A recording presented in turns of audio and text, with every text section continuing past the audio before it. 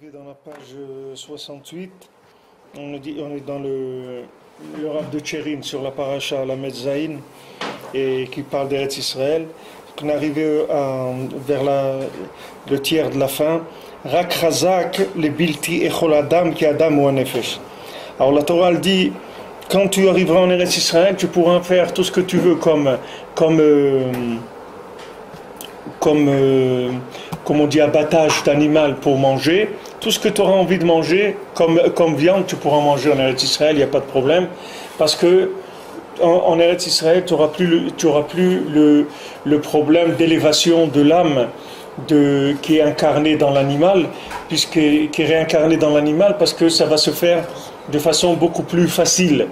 C'est-à-dire la terre d'Israël, elle va permettre l'élévation de l'âme, parce que comme il y a une intensité spirituelle plus grande, donc il va y avoir une facilité d'extraction des éléments des mondes inférieurs vers les mondes supérieurs.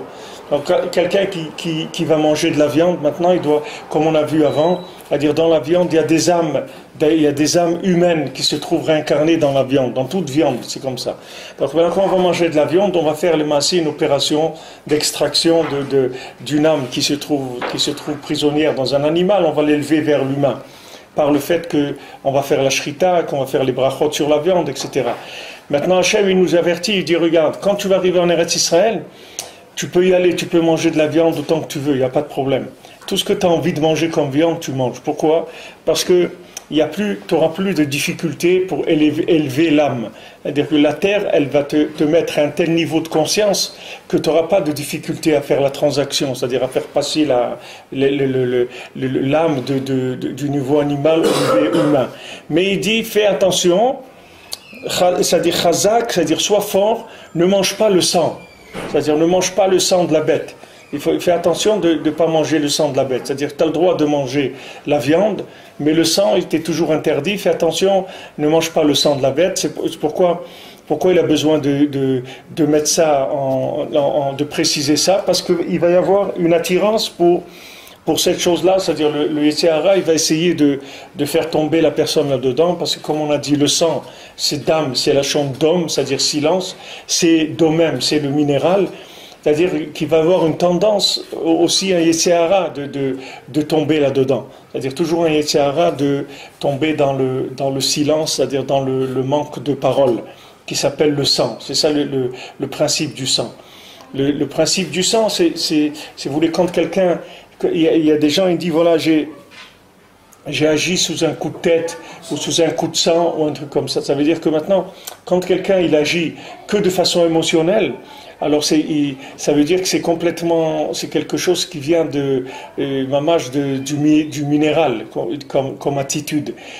Alors que si maintenant il prend juste un petit peu de recul et il parle un petit peu, tout de suite la chose elle va se calmer.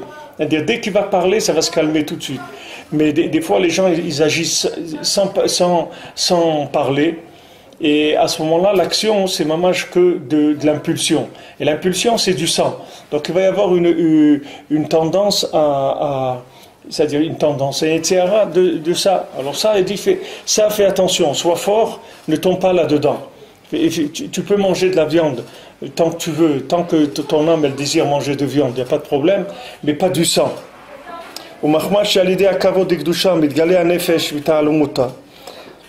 Donc maintenant, comme le kavod de Gdusha, c'est-à dire l'honneur de la Gdusha, ça fait sortir l'âme de ce qu'elle était cachée.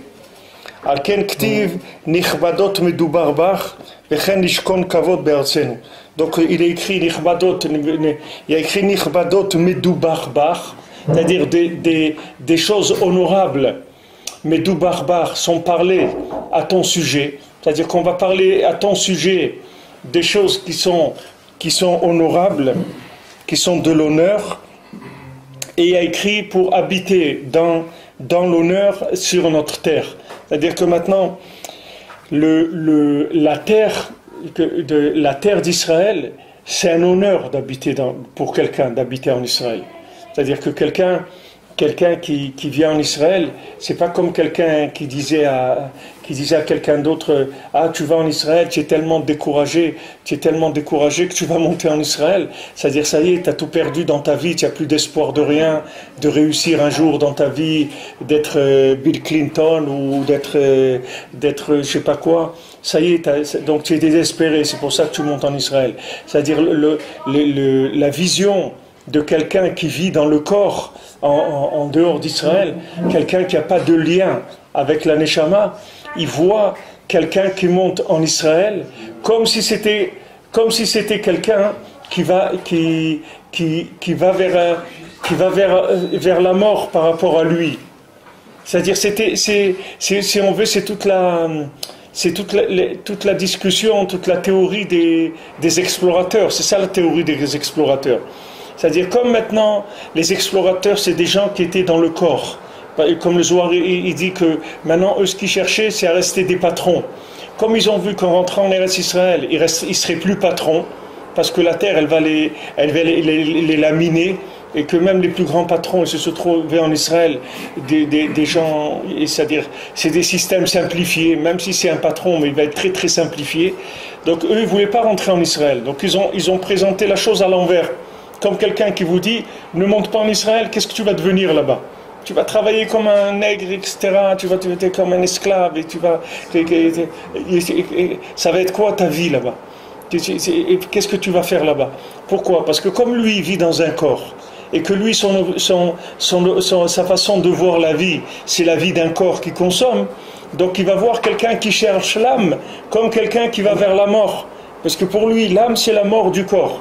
Puisqu'il n'a pas compris c'est-à-dire c'est une vision de Esav, de la vie. C'est ce qu'il a dit Esav. Quand Yaakov, il lui a dit, vends-moi le droit d'aînesse, il a dit, qu'est-ce que moi j'ai besoin de droit d'aînesse? De toute façon, moi je vais mourir. Prends-le, ce droit d'aînesse. Qu'est-ce que j'ai à faire de ce droit d'aînesse là? C'est-à-dire que nous on a appelé Béni Bechori Israël. Hachem nous appelle, vous êtes mon premier-né, Israël. Vous êtes considérés comme mes premiers-nés. Le premier-né, ça veut dire quoi? C'est-à-dire que le premier-né, c'est quelqu'un qui a une âme shabbatique par rapport aux autres frères. Même al pi halacha, les autres frères et sœurs, ils doivent honorer le grand frère. C'est le même rapport qu'il y a, David, c'est le même rapport qu'il y a comme avec le père. C'est-à-dire les frères par rapport au premier-né. Ils ont cette obligation de l'honorer. Donc maintenant, quelqu'un qui vit en Chutz La'aretz, quelqu'un qui vit en Chutz La'aretz, mais qui n'est pas attaché à Eretz Israël, c'est-à-dire qu'il n'est pas conscient que lui vit dans le corps du corps, c'est-à-dire qu'il vit chez Esav, et que Esav maintenant, il n'a pas du tout l'intention de se soumettre à Yaakov, parce que les Maasés ne croient pas dans la vie. C'est lui qui est désespéré. C'est Esav qui est désespéré. Parce que quand Esav il dit, moi de toute façon je vais mourir, c'est-à-dire le lien de l'épicurisme, c'est-à-dire allez-y à fond, il faut consommer à fond, profiter à fond de ce monde-là. Quand les gens ils disent consommer à fond, ça veut dire quoi? Qu'ils croient que quand quelqu'un il va rentrer dans sa tombe, il va mourir, c'est la fin de la vie. Mais quelqu'un qui sait que la vie elle commence après, donc c'est pas du tout la même façon de vivre, de voir la vie. Donc Esav, lui, il est extrêmement découragé et il pense que la vie c'est une arnaque totale. Hein? L'avenir c'est la tombe, c'est tout. Alors fais tout ce que tu peux. Comme ils disent, la vie, on ne vit qu'une fois, on ne meurt qu'une fois, on n'a qu'une seule vie, alors il faut s'en donner à cœur joie, parce que après, tu sais, quand c'est terminé, eh ben c'est terminé. Hein. Mais nous, c'est pas du tout comme ça qu'on voit la vie. Nous, on sait que c'est le contraire. Nous, le jour où on va mettre le corps dans la tombe, c'est un jour de libération pour nous. C'est pas un jour de condamnation. C'est au contraire. Enfin, ça y est, on va aller vers notre véritable vie qui est entièrement spirituelle. Pour l'instant, on est dans un corps. On fait un peu comme ça, un peu comme ça. Mais après, on va être complètement dans le spirituel. C'est le contraire. C'est pour ça que, par exemple, des gens qui sont niftar très âgés, il y a des pays où quand quelqu'un que c'était dans les communautés, c'était instauré comme ça, que quand quelqu'un il meurt à 100 ans, c'est-à-dire on l'enterre avec un orchestre, avec la musique. Il n'y a pas de deuil, c'est-à-dire les gens ils allaient avec les violons, les tambourins, etc. Ils l'enterraient avec ça, parce que quelqu'un qui a passé 100 ans dans la marmite, c'est sûr qu'il a cuit. Qu'il a cuit à point, c'est-à-dire qu'il est bien cuit et qu'il va aller directement dans des mondes très élevés. Donc on l'accompagnait avec un orchestre. Tandis que maintenant, des gens qui croient dans le corps, ils vont pas du tout faire ça. Ils vont dire, ou ils vont se consoler en disant, bon quand même, il a bien profité de la vie, c'était un grand profiteur de la vie. Au moins, il a bien profité tant qu'il était dans ce monde. Il s'est payé beaucoup de vacances à Las Vegas, à des trucs. Il a été là-bas. Il a vraiment, comme on dit, il s'est éclaté bien comme il faut. Donc ça va. Maintenant, il est mort. Au moins, il a fait quelque chose dans sa vie. Il s'est éclaté. Parce que eux, la vie, il appelle la mort. Donc tout est inversé. Donc si vous voyez monter en Israël, il va pleurer. Comme ils ont pleuré les Méraklim, c'est la même chose. Les gens, ils ont pleuré. Pourquoi ils ont pleuré? Parce qu'ils leur ont fait une inversion. Maintenant, vous avez affaire à des gens qui sont faibles. Un gars qui sort d'Égypte, un Baal Tshuva, le pauvre, il est dans le corps à 90%. Bien que maintenant il est en voie de... C'est un pays, comme on dit, en voie de développement. Mais pour l'instant, il n'est pas développé du tout. C'est un bonhomme, il sort le pauvre de la Touma. C'est-à-dire, il sort de la consommation. Donc si vous l'affaiblissez en lui disant, mais où tu vas? Mais tu vas dans un pays, c'est très dur là-bas, etc. Vous lui faites peur. Il va se mettre à pleurer, le gars. Il va dire, c'est vrai, qu'est-ce que j'ai fait de ma vie? Qu'est-ce que je vais aller enterrer ma vie là-bas? Vous trouvez vraiment qu'ils sont faibles? Que quoi? Vous trouvez vraiment qu'ils sont faibles? C'est sûr qu'ils sont faibles. Ils sont faibles pas dans ils sont pas faibles dans leur vouloir, dans tout. Mais ils sont faibles dans la carrosserie, elle est faible. Il y a un lien entre les deux parachiotes. Pour moi, je les vois très forts. Pas dans le bon sens, mais au spam. Pour moi, il y a un lien évident. Ils se rebellent. C'est-à-dire? Chaque fois, une façon de... Une fois, c'est donne-nous pourquoi on avait des poissons gratuitement. Pourquoi on utilise le mot gratuit? Il n'y a rien de gratuit, ils étaient esclaves. Parce qu'ils n'avaient pas besoin de faire une mitzvot. C'est une rébellion, ce qu'il y a la semaine dernière, la Shabbat dernier. Et là, c'est toujours la même chose. Ils cherchent une façon de ne pas suivre ce que Hachem... Oui, mais c'est la même chose que vous dites. C'est juste... Non, mais c'est la rébellion. C'est pareil. Qu'est-ce que c'est la rébellion? C'est un bonhomme qui a essayé, qu'on lui a dit tu vas vivre pour l'âme. Il essaye. Et comme il n'est pas sorti encore des appels du corps, alors c'est ce qui nous met c'est ce qui nous met en garde ici, de ce que je viens de vous dire. C'est-à-dire que maintenant, Hachem il te dit, regarde, tu vas arriver en Israël, tu manges de la viande comme tu veux, autant que tu veux, mais attention, ne mange pas du sang. Ne mange pas du sang. C'est-à-dire que maintenant, il y a toujours une possibilité de retourner vers le sang, c'est-à-dire de retourner vers le corps. C'est-à-dire que sache que tu rentres dans une terre de noblesse, où tu vas être vraiment considéré, c'est-à-dire que tout le bien qui est en toi, il va sortir. C'est-à-dire, mais fais attention, il y a un passage, c'est-à-dire que tant que maintenant... Pourquoi maintenant quelqu'un, on doit faire par exemple un Baal Tshuva, on n'a pas le droit de lui rappeler qui il était. Vous voyez, Rish Lakish, et on n'a pas le droit de lui dire que Rabbi Yochanan lui dit, ah toi c'est normal, tu comprends bien ça parce que toi tu étais un spécialiste du sabre, tu étais un bandit, etc. On n'a pas le droit de faire ça. Pourquoi? Parce que le bonhomme il a un passé, d'accord, il a un casier judiciaire. Ce casier il est là. Avant qu'il s'efface, ça va prendre énormément de temps. C'est pas s'effacer par rapport à Hachem. Hachem, il peut lui effacer tout de suite, c'est pas un problème. Mais lui, au fond de lui-même, il est jamais sûr de lui. C'est pour ça qu'un guerre, un converti, on doit beaucoup l'aimer et l'honorer. Pourquoi? Parce que c'est un étranger. C'est quelqu'un qui est rentré au mariage et il n'a pas été invité. C'est quelqu'un qui lui a dit viens rentre avec moi. Donc il a toujours peur d'être repéré par des videurs et d'être mis dehors. Vous comprenez? Un Baal Tshuva, c'est exactement comme ça. C'est comme un guerre. Il rentre dans un monde religieux. Il voit des gens, des chapeaux, qui met le chapeau, la veste, il met la veste. Ils font comme ça, il fait comme ça. Mais lui, il n'est pas né là-dedans, vous comprenez? Donc il a peur qu'on le repère comme un intrus et qu'on le mette dehors. Donc ça, c'est au fond de lui. Si maintenant vous touchez ça chez lui, c'est assourd. Parce que ça va le ramener vers le corps. Vous comprenez? Combien de gens, ils ont quitté la Torah parce qu'ils ont été dégoûtés de voir des choses qui les ont... C'est-à-dire ça les a ramenés vers le corps. Je vous dis, c'est pas contradictoire. Ce que vous dites, on parle de choses différentes. Moi, je vois les deux parachiotes. Pour moi, c'est ce qu'ils veulent. Comme ça, mais non, ils ne veulent pas ça du tout. C'est pas eux qui veulent. Non. Et la Torah, elle vous dit, c'est le Erev Rav qui les a fait tomber. Eux, ils voulaient pas ça. Eux, c'est des gens faibles qui ont vu une grande lumière, mais ils sont faibles. Même si maintenant vous avez vu la lumière de la Torah, d'accord? La lumière, Rabbi Nachman, la Torah, Ouban, tout ce que vous voulez, vous signez les yeux fermés, il n'y a pas de problème. Mais vous ne pouvez pas suivre, parce que votre carcasse, votre carrosserie, elle est ce qu'elle est. Vous n'allez pas changer la carrosserie, vous comprenez? Vous êtes d'accord avec Pardon? ce qu'ils disent là? Ce qu'ils disent, c'est qu'ils vont loin, ils vont dans la piste, enfin, je veux dire, ils s'engagent. Quand je vous dis que je les trouve pas faibles, c'est peut-être le mot est pas le bon, je sais pas fort non plus d'ailleurs. Mais moi, j'ai l'impression vraiment qu'ils se rebellent. Ça veut dire, il y a un moment où ils disent, enfin, ils enclenchent une action pour qu'il y ait une conséquence. Vous voyez, donne-nous de la viande. Quel rapport? Quel rapport? Ils avaient du détail, c'est qu'ils cherchent quelque chose pour trouver une faille. Mais ça, je l'expliquais dans le cours.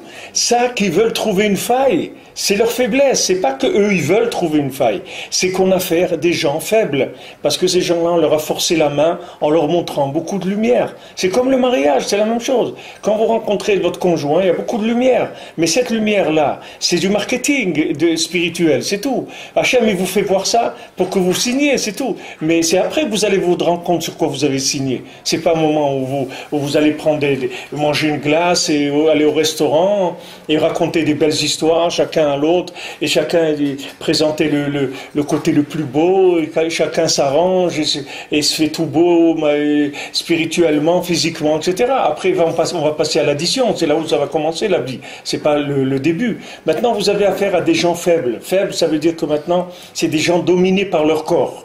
Ok? Donc ils ont dit on y va. On suit Hachem, on suit Moshe Rabbeinu, on y va, d'accord. Mais, please, faites attention, c'est-à-dire, sachez un petit peu qui on est, parce que on va ramer, c'est pas facile pour nous. Mais n'oubliez pas d'où on vient. Et un peu de considération pour nous. C'est-à-dire, n'oubliez pas d'où on vient. On est des balais tchouva, on est des guérim, faites attention à nous. Ne bousculez pas trop parce que on va se casser. Si vous bousculez trop, on ne pourra pas. Il faut que tout le temps, vous soyez gentils avec nous, vous honorez, etc. pour nous permettre tout le temps de dominer notre corps. Mais si vous ne nous honorez pas, vous ne nous aimez pas tout le temps, on n'aura pas la force de dominer notre corps. Et à ce moment-là, on va se sauver, c'est tout. On va se révolter. Maintenant, dans le Ham Israël lui-même, c'est-à-dire que les gens qui sortaient d'Égypte, eux, ils étaient, si vous voulez, entre le marteau et l'enclume, parce que eux, ils avaient d'un côté des vrais Égyptiens, c'est-à-dire des bonhommes qui étaient entièrement égyptiens, c'est-à-dire qui n'étaient pas du tout comme eux, c'est-à-dire c'était des intellos d'Égypte qui sont sortis avec eux. Donc c'était des vrais Égyptiens, c'était des corps complets qui ont juste, idéologiquement, ils ont vu une lumière, ils ont dit tiens, ça c'est intéressant. C'est comme vous avez les amis des juifs ou des gens comme ça, c'est-à-dire des gens qui sont dans leur religion, catholique ou autre, mais qui sont amis des juifs. Mais eux, ils sont ce qu'ils sont. Vous comprenez, ils vont pas changer, ils n'ont pas du tout l'intention jamais dans leur vie de se convertir. C'est juste qu'ils sont amis des juifs, ils voient les juifs comme quelque chose de noble ou comme étant la première religion du monde, ce que vous voulez. Mais eux, c'est des vrais Égyptiens. Alors d'un côté, ils ont des vrais Égyptiens, ok, qui sont si vous voulez, les balais tchouva de premier niveau, c'est-à-dire le gars il est dans la Torah, mais il a presque rien lâché de l'Égypte, c'est-à-dire il continue à se comporter comme un Égyptien. Mais bon, il essaye, le pauvre, d'être là, parce que il a vu que c'est là où il faut être, mais il n'a pas du tout la force d'être là. Ça, c'est le Erev Rav, le Sapsouf, c'est-à-dire les gens qui ont été ramassés avec vous savez, qui ont pris le vent, comme on dit, ils ont pris le vent en poupe, ou je ne sais pas comment on dit ça, c'est-à-dire il y a eu un courant, et ils pisent n'importe quoi, ils sont entrés dedans. Alors il y a des gens, ils sont entrés dans le courant, comme ça, mais c'est pas eux, ils n'ont aucune force de suivre cette chose-là. Donc ces gens-là, ils vont tirer les gens qui sont à moitié, comme ça, un petit peu faibles, ils vont les tirer. Et d'un autre côté, vous avez les Meraglim, qui sont tous des princes, donc des gens très forts, mais que eux, ils cherchent le kavod. Donc eux, ils cherchent le pouvoir. Eux, ils volent le pouvoir d'Hachem. Alors le bonhomme, il est en danger. Soit il voit que le rabbin, il pique dans la caisse, soit il voit que le bonhomme, il est dans la Torah, mais il fait des trucs tordus à côté. Vous comprenez?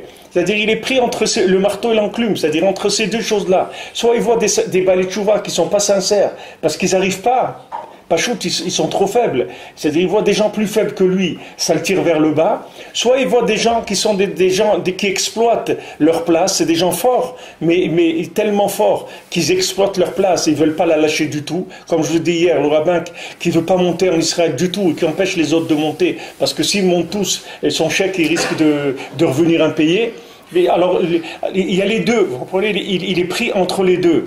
Donc ce bonhomme-là qui fait des problèmes, il faut savoir que c'est sa faiblesse, c'est parce qu'il est encore faible, c'est pour ça qu'il fait des problèmes. Mais c'est pas du tout qu'au fond de lui, il a envie de se révolter ou de faire du mal. Il n'a pas du tout envie de faire du mal. C'est pour ça que les enfants de ces gens-là, Hachem, il leur a promis, vous allez rentrer en Israël. On a vu dans la paracha, pourquoi Hachem il leur a promis?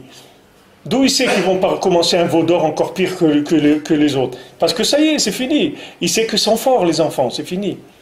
Les enfants, ils n'ont pas les problèmes des parents. Ils ne sont pas nés en Égypte. Ils ne sont pas nés avec toutes ils sont pas nés avec toutes les bêtises des parents. Vous comprenez, ils ne traînent pas des trucs derrière eux. Vous avez les enfants qui sont nés en Israël, des gens, des Français, ils ont quand même envie de manger des camemberts. Au contraire, mon frère lui dit, tu peux manger, ça sent mauvais, ça sent les chaussettes, des trucs, mais jette ça. Ils ne peuvent pas manger de camembert, vous comprenez? Alors que le père, il attend à chaque fois que sa belle-sœur, elle revienne de France pour lui amener un président, vous comprenez? C'est pas du tout c'est pas du tout la même façon de voir les choses. C'est pas du tout. Alors c'est pour ça qu'Hachem il s'engage. Il dit vous allez rentrer quand vous arriverez en Israël. Voilà ce que vous allez faire. Alors d'où on sait qu'Hachem il est sûr qu'ils vont rentrer parce que ça y est ils ont réparé. Il y a pas de problème. Et ne croyez pas à tout ce qu'on parle de cette génération-là, qui sont morts dans le désert et tout. Il y a toute une Torah de Rabbeinu sur ça. C'est des gens qui étaient à un niveau très très élevé. Il ne faut pas croire que c'est des gens très très élevés. C'est pas... Quand vous voyez des balais de chouva, vous les voyez comme ça, c'est des gens qui sont à un très haut niveau. Seulement le corps, il est faible. Mais le moteur, il est extrêmement puissant. Parce que le bonhomme, il a donné sa vie, il a donné sa vie mamache. Comme Rabbeinu dit, pour toi, Hachem, on est tué toute la journée. Pour toi, on se tue toute la journée.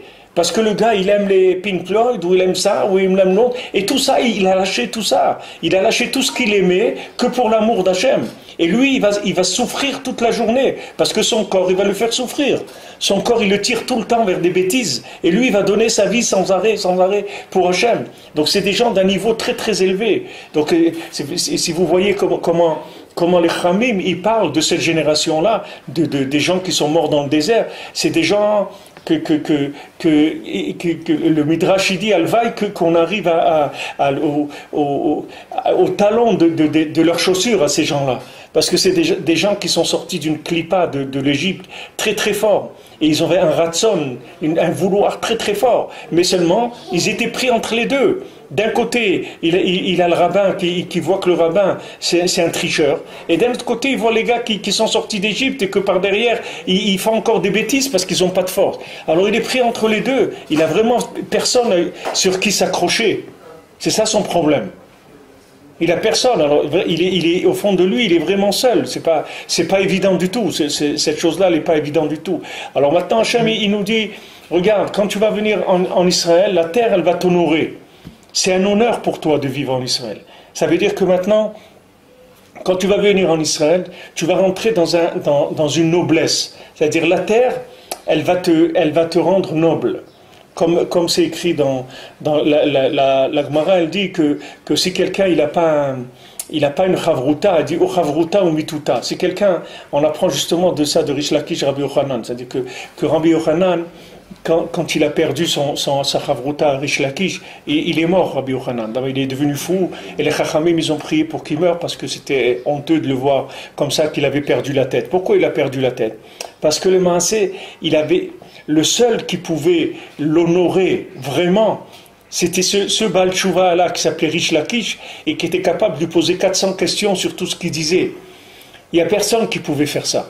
Donc, c'est-à-dire son véritable, ce qu'il avait à l'intérieur, ça sortait grâce à lui. C'est lui qui le faisait naître sans arrêt. Parce qu'il lui posait des questions sur tout ce qu'il disait, donc il l'obligeait à lui répondre. Et ça lui a amené des chidushim de Torah sans arrêt. Après, quand il est mort, Rish Lakish, il lui a amené des gens qui lui disent « Ah, Rabbi Yochanan, c'est très beau hein, ce que tu dis. Justement, c'est vrai, tu as raison, c'est écrit, ce que tu dis, voilà, c'est écrit là-bas et tout. » Rabbi Yochanan, il dit « Qu'est-ce que j'ai besoin des gens qui me disent que j'ai raison? Je vais avancer avec ça. Je ne vais pas avancer avec ça. » Je ne veux pas avancer, c'est pas ça qui va me faire avancer. Moi j'ai besoin que quelqu'un me pose 400 questions, je lui réponds, c'est avec ça que je vais avancer.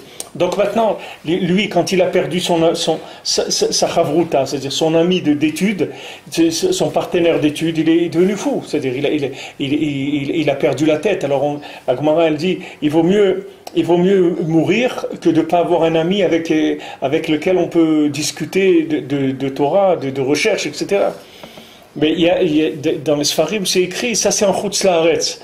Mais en Eretz Israël, tu n'as pas besoin d'amis.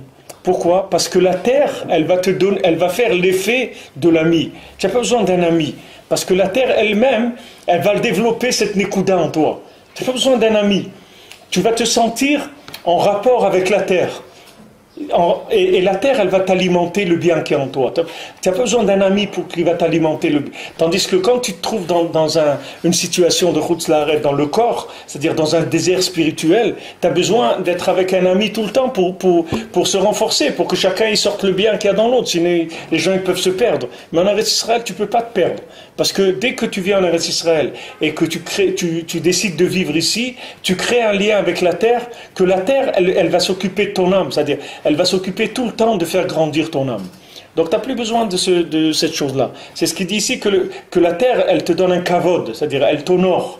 Elle t'honore, c'est-à-dire que tu vas rentabiliser le mieux qui est en toi.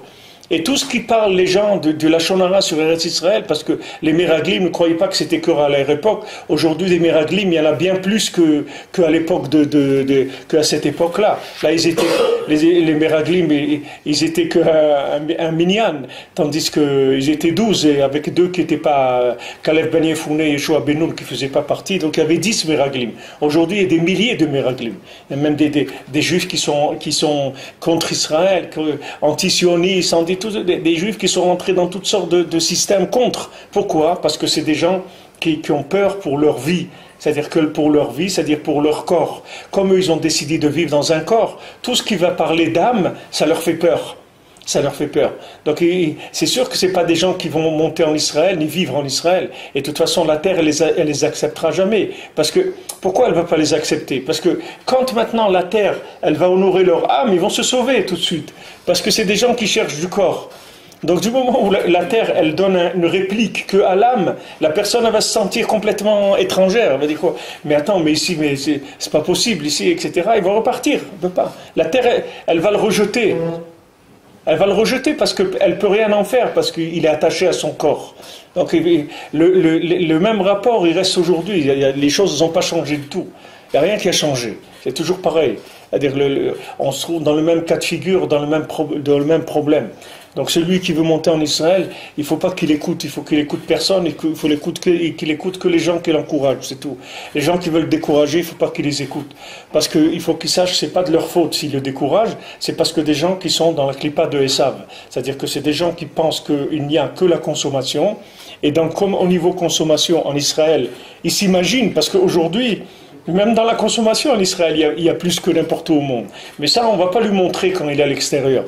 Parce que il va venir avec l'impression qu'il va faire comme on dit des sacrifices, c'est-à-dire il va venir comme s'il sacrifiait sa vie, etc. pour vivre en Israël, alors que Bémet, il n'y a aucun sacrifice, c'est-à-dire que vraiment, vous voyez la table de Shabbat de quelqu'un en Israël, il n'y a pas des gens tellement dans le monde qui ont des tables de Shabbat comme ça, et les restaurants kasher qu'il y a en Israël aujourd'hui, il n'y a pas beaucoup de pays au monde où il y a des restaurants kasher comme ça.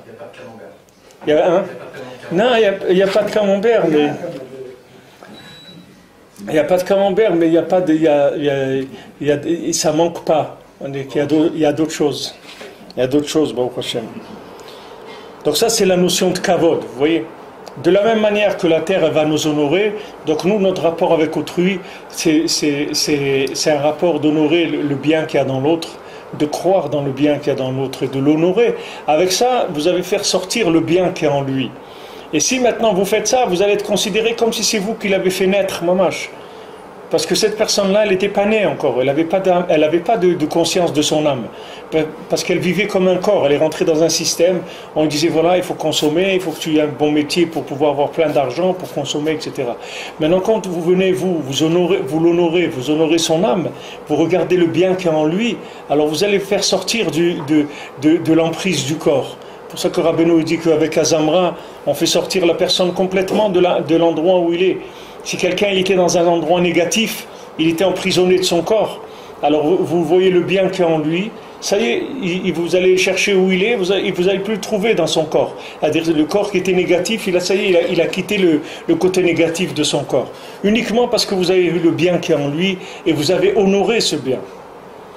Vous avez honoré ce bien. Et malheureusement, dans les systèmes religieux, il y a beaucoup, les religieux, ils ont beaucoup à apprendre de ça. Combien les religieux, ils méprisent les gens qui reviennent vers la tchouva, combien ils les méprisent. Vous voyez dans le regard, vous voyez dans la parole, vous voyez quand vous arrivez dans des situations où il y a des choses un peu plus importantes dans la vie, comme marier les enfants, etc.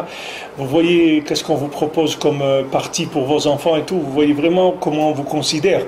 C'est-à-dire que moi, je sais que mes enfants, les premières propositions, c'était que des fous qu'on nous a proposés. Heureusement qu'Hachem nous a sauvés, qu'on s'est rendu compte qu'ils étaient fous. Mamash, des gens qui prenaient des cachets, etc. Et après, quand ils sont mariés, ils sont même pas mariés quelques semaines, ils ont divorcé. Les gens qu'on nous avait proposés. C'était des fous, mamash. Ils leur donnaient des cachets, etc.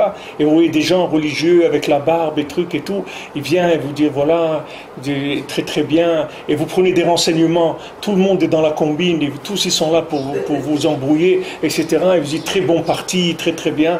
Et voilà et vous après, combien il y en a des gens comme ça à Hachem Ishmor? Combien des gens comme ça? Il y a un ami, j'ai un Breslev, là aujourd'hui, il a 60 ans, il s'est marié il y a je sais pas, peut-être 38 ans, il y a 38 ans, il s'est marié ici. Et ben mamash, on lui a présenté un parti de quelqu'un, une fille qui était folle, mamash. Elle était bourrée de médicaments, tout. Il s'est marié, la brioute. Et pendant les Shiva Brachot, il a été obligé de divorcer. Parce qu'il ne pouvait plus, c'est-à-dire elle était folle, il n'a même pas le droit de vivre avec elle. Ah ben, il ne s'est jamais remarié, le gars, il est resté cassé, voilà. Ouais. Jusqu'à aujourd'hui, il est resté cassé, c'est tout. Il n'a pas pu se remettre de ça. Maintenant, quand vous voyez ça, vous voyez comment on vous considère. C'est-à-dire, quand quelqu'un il voit... Alors, vous voyez que ils sont copains avec vous à la show, ou surtout si vous faites des donations, ça c'est très important. C'est-à-dire, si vous donnez de l'argent, alors là, on vous considère énormément. Mais le jour où il y a quelque chose de sérieux, dites-lui qu'il vous donne votre fille en mariage à votre fils, vous allez voir que comme un changement dans le visage, comme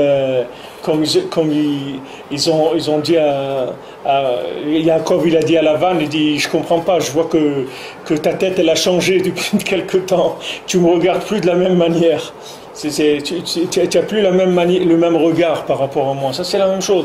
Donc les religieux, ils ont énormément à apprendre de ça, de savoir que des gens qui reviennent à la Torah, ce sont des gens qui sont très très importants. Il ne faut pas regarder leur corps, parce que leur corps, ça veut dire toute leur façon d'être, comme ils sont, quand ils sont comme ça, un petit peu déglingués, qui reviennent de loin. Il faut savoir que ces gens-là, ils sont très importants, il faut les honorer, et en les honorant, ils vont amener de la Torah nouvelle complètement. Et cette Torah nouvelle, c'est elle qui va protéger les enfants des religieux, vous comprenez? Parce que les religieux, leur niveau de Torah, il n'est pas assez haut pour pouvoir lutter contre. Voilà, comme je vous ai montré hier, je vous le remontre ici, du Rav Kanievski. Voilà, si vous pouvez vous procurer ça. Il dit qu'aujourd'hui, la seule façon de s'en sortir, c'est de faire Hitbo des doutes, c'est tout. Sinon, on ne peut pas s'en sortir.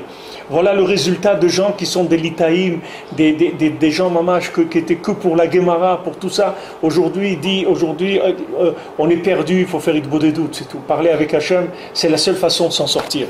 D'où ça vient ça? Parce qu'il y a des gens, tous les soirs, qui vont dans les forêts en Israël, il y a des autobus organisés, il y a des gens, ils ont fait une association dans tout Israël C'est quelque chose d'extraordinaire. N'importe où vous vous trouvez en Israël, vous appelez un téléphone, il vous dit voilà, de l'endroit où tu habites là, il y a quelqu'un qui passe à telle heure et telle heure pour te prendre à la forêt pour les Ferit Bodedut. Tout Israël, là où vous habitez, Tel Aviv, Haïfa, où vous l'habitez, vous appelez ce numéro, c'est comme un numéro vert, un SOS It Bodedut, vous appelez, il dit voilà, je me trouve à Haïfa, je veux le faire It Bodedut, voilà, le camion là-bas, il passe, le bus, il passe à telle heure, à tel endroit, tu vas faire It Bodedut. C'est ça qui a amené le changement.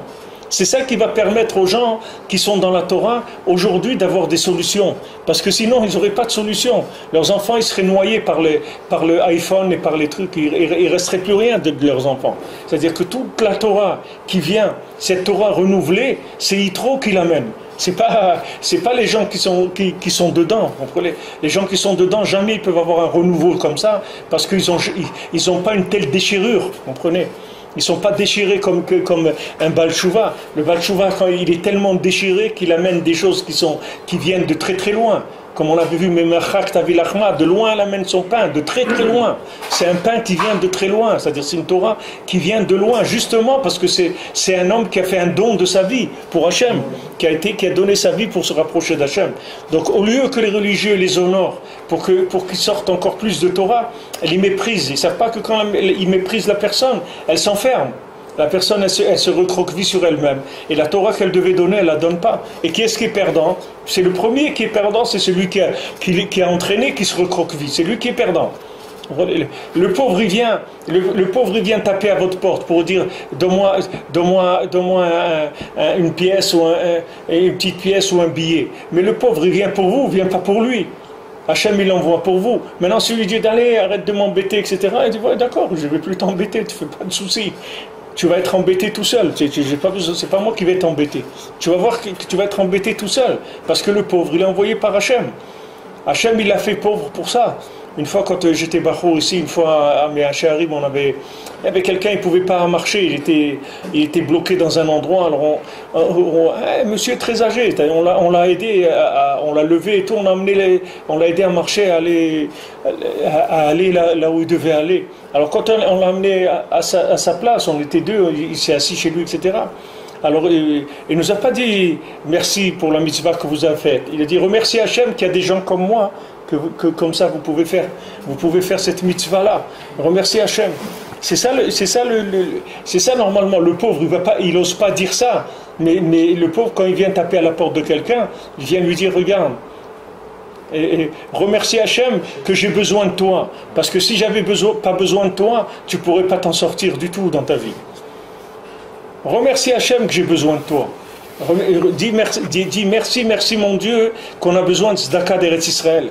Parce que le jour où Eretz Israël elle n'aura plus besoin de personne, il n'y aura plus personne qui pourra exister dans le monde. Parce que toute l'existence du monde, elle se fait que par la Tzedaka d'Eretz Israël, pour les gens qui sont dehors. C'est les pleurs de Esav. C'est-à-dire pourquoi il a pleuré Esav, comme il va pleurer après. C'est-à-dire comme il a pleuré à l'époque des brachot, il va pleurer après, parce qu'il a compris que maintenant Yaakov, il a pris les brachot de Yitzhak, et il n'aurait plus besoin de lui du tout. Alors là, il a commencé à pleurer avec une voix amère, et en disant malheur à moi que je ne me suis pas arrangé à apprendre les brachot. Il a tout pris. Il a pris la Bechora, le droit d'aînesse, il a pris la bénédiction, il a tout pris. C'est-à-dire que maintenant, au lieu que maintenant, lui, avec les bénédictions, il devienne le partenaire de Yaakov, et à ce moment-là, il aurait eu tout l'honneur de Yaakov, puisqu'il aurait été son partenaire matériel, donc il aurait aidé Yaakov à amener le message d'Hachem dans le monde. Lui, il a dit non, je veux pas. Il dit ok, tu veux pas. Alors Yaakov, il va tout prendre. Toi, tu vas devenir un partenaire virtuel, un gérant de paille, c'est tout. C'est fini. C'est pour ça qu'on a dit que sa maison, c'est de la paille, elle va brûler. Parce que c'est que de la paille, c'est tout.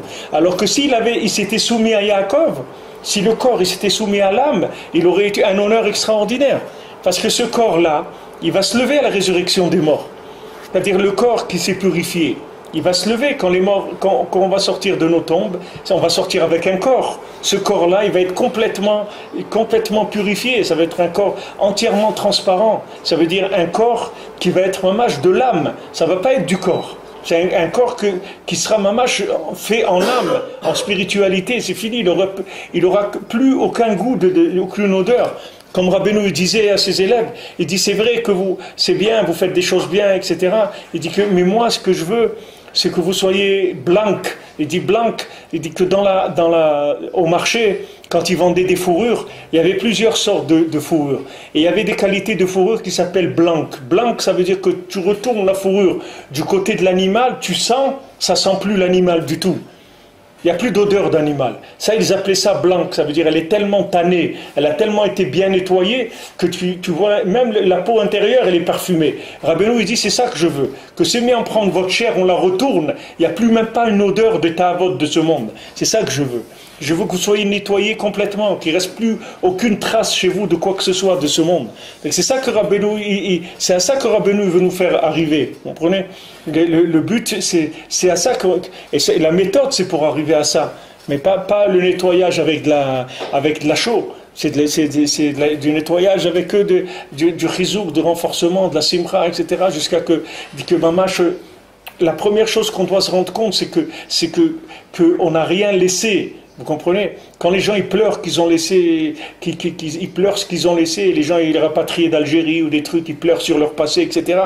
Il faut qu'un jour vous pleurez parce que vous n'êtes pas parti avant. Comme les gens ils disent que vous regrettez rien d'être monté en Israël, la seule chose que vous devez regretter, c'est de ne pas être monté avant, c'est tout. Un jour vous devez arriver à vous rendre compte que il n'y a rien à regretter du tout, que vous trouvez dans l'endroit le plus merveilleux du monde. Ce jour-là, alors ça y est, c'est là où la vie elle commence béhémet. Mais tant que vous vivez ça forcé, c'est-à-dire que vous êtes forcé, alors c'est dur. Mais il faut se débarrasser, il faut nettoyer l'imagination, c'est-à-dire le corps. Il faut nettoyer jusqu'à qu'un jour vous allez vous asseoir et vous allez passer toute votre doute à dire merci mon Dieu. Et vous allez pleurer de joie. Vous n'allez rien demander du tout. Parce que vous allez dire, où tu m'as mis Hachem? D'où tu m'as sorti? Où tu m'as mis? Tu m'as sorti d'une poubelle, tu m'as mis dans un palais de pierres précieuses, de parfums, de choses merveilleuses. Où tu m'as mis Hachem? Dans quoi? Qu'est-ce que tu m'as... Alors là, c'est là où la vie véritable elle commence. À ce moment-là, ça s'appelle, maintenant il le vit. Maintenant, le nettoyage de l'imagination, pendant cette attente-là, d'arriver à ça, elle est dure. Alors il y a des moments où la personne, elle s'énerve, etc. Pourquoi maintenant, vous voyez, dans la paracha, Hachem, il a dit, qui fait payer, c'est-à-dire les gens qui sont morts dans le désert, il dit, vous allez payer 2 avérotes, vous allez payer le Hegel, et vous allez les payer le fait que vous êtes plein. Ces 2 choses-là, vous allez les payer. Pourquoi? Parce qu'il dit, quand vous avez fait le Hegel, j'ai dit, j'attends de voir. Si maintenant après, ils se plaignent aussi, alors là, je ferai la comptabilité des 2. Ils vont payer pour les 2. Mais s'il fait que Avodazara, et il ne se plaint pas, Hachem, il le punit pas. Qu'est-ce que ça veut dire? Ça veut dire, si maintenant quelqu'un est en Israël, d'accord? Mais il n'arrive pas à vivre à un niveau élevé. Quelqu'un est dans la Torah, il a été à Ouman, ou il fait tout ce qu'il faut, Baruch Hashem, il fait Tikkun HaKlali tous les jours, il fait tout. Mais il a des comportements qui laissent à désirer, comme on dit. Hachem, il lui fait rien du tout. Hachem, il dit, c'est un pauvre bonhomme, il est sorti d'Égypte, c'est normal qu'il ait des difficultés. Mais s'il se plaint, alors là, c'est grave. Ça, c'est très grave. C'est-à-dire, s'il se plaint, on va lui comptabiliser ses avérotes aussi. Mais s'il ne se plaint pas, on ne tient pas compte de ses avérotes. Parce que ces avérotes, on dit, c'est des conséquences de là où il est sorti. C'est normal, il est sorti d'Égypte, etc. Il a encore des comportements qui sont pas bien, c'est normal. Mais s'il se plaint, c'est très grave. Ça veut dire que le Icar, c'est la conscience de la valeur de la chose. Parce que c'est pour ça que Rabbi Nathan, il dit, regarde,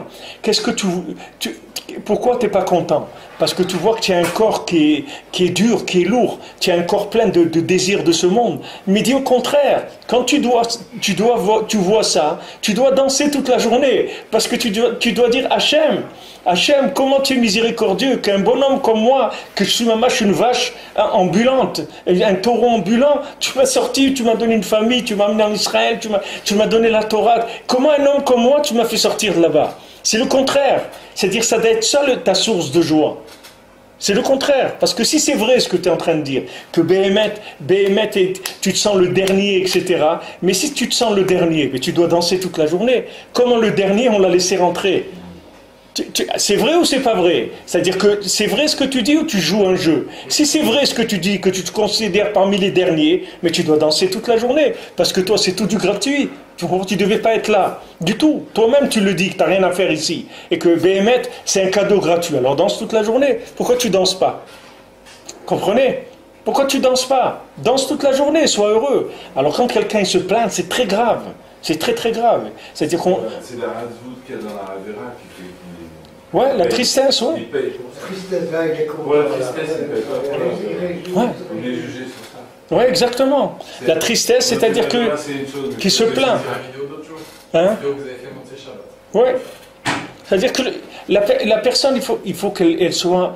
qu'elle remercie Hachem, même si elle voit qu'elle fait des bêtises. Et plus elle fait des bêtises, et plus elle doit me dire merci Hachem, que malgré toutes les bêtises que j'ai faites, tu me gardes avec toi, tu m'as montré les chemins de la vérité, des chemins des tzadikim.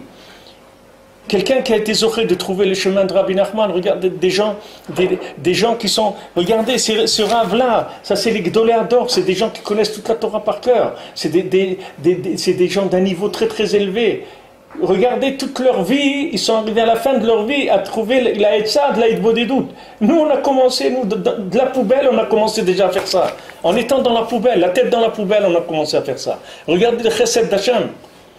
Ça ne veut pas dire que je suis plus grand que lui, je ne suis pas plus grand que lui, mais je suis tellement nul que j'ai attiré la miséricorde d'Hachem sur moi.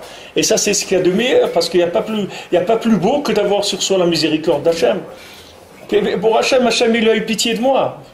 C'est tout. Qu'est-ce que je peux dire? Que merci, c'est tout. Ah, maintenant, je ne m'en sors pas, etc.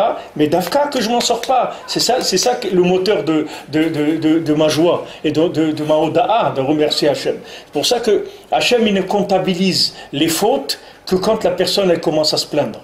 Tant que la personne ne se plaint pas, on ne comptabilise pas. Je vous ai raconté une fois, il y a un ami à moi, quand on était en France, il a été à la CAF, il a été à la caisse d'allocation familiale pour aller dire vous ne me donnez pas assez, vous devez me donner plus. Alors ils ont vérifié, ils ont dit on s'est trompé, c'est vrai, mais on vous donne trop. Donc on vous a enlevé il y a des années là de rattrapage, on va vous enlever ce que vous a donné. C'est-à-dire que le gars il est venu se plaindre, il voulait qu'on vérifie ses comptes. Eh bien, on a vérifié ses comptes et on a dit ah tu viens te plaindre, ok viens on va faire les comptes.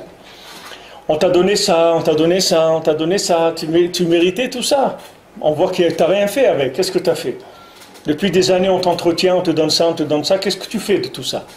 Qu'est-ce que tu as fait? Tu veux rentrer tu veux rentrer, tu veux qu'on juge? Alors viens t'asseoir, on va faire... Allez, il faut se sauver de ça. Il faut se sauver de ces situations-là. Il faut dire la CAF, c'est comme un coupa de tzedaka, il n'y a rien à dire. Kafiad, la paume de la main, c'est tout. C'est comme quelqu'un, il vient avec le CAF, avec la main comme ça, il demande. Il prend de dire merci, c'est tout. Merci monsieur, il n'y a pas de problème. C'est tout va très bien. Ça va, vous avez besoin de quelque chose? Non, j'ai besoin de rien. Pourquoi? Parce que s'il vient et commence à demander, on risque d'ouvrir son dossier, on va voir qu'on lui en a donné beaucoup trop par rapport à ce qu'il mérite. Donc il faut laisser le dossier fermé, il ne faut pas qu'il s'ouvre, il ne faut pas qu'il soit ouvert. Et tant que vous dites merci, on n'ouvre jamais le dossier. On ouvre le dossier que quand quelqu'un commence à pleurer sur sa vie. Alors à ce moment-là, on ouvre le dossier. Si quelqu'un ne pleure pas sur sa vie, jamais on ouvrira le dossier. Jamais. Il continue à rouler sur le gratuit, c'est tout.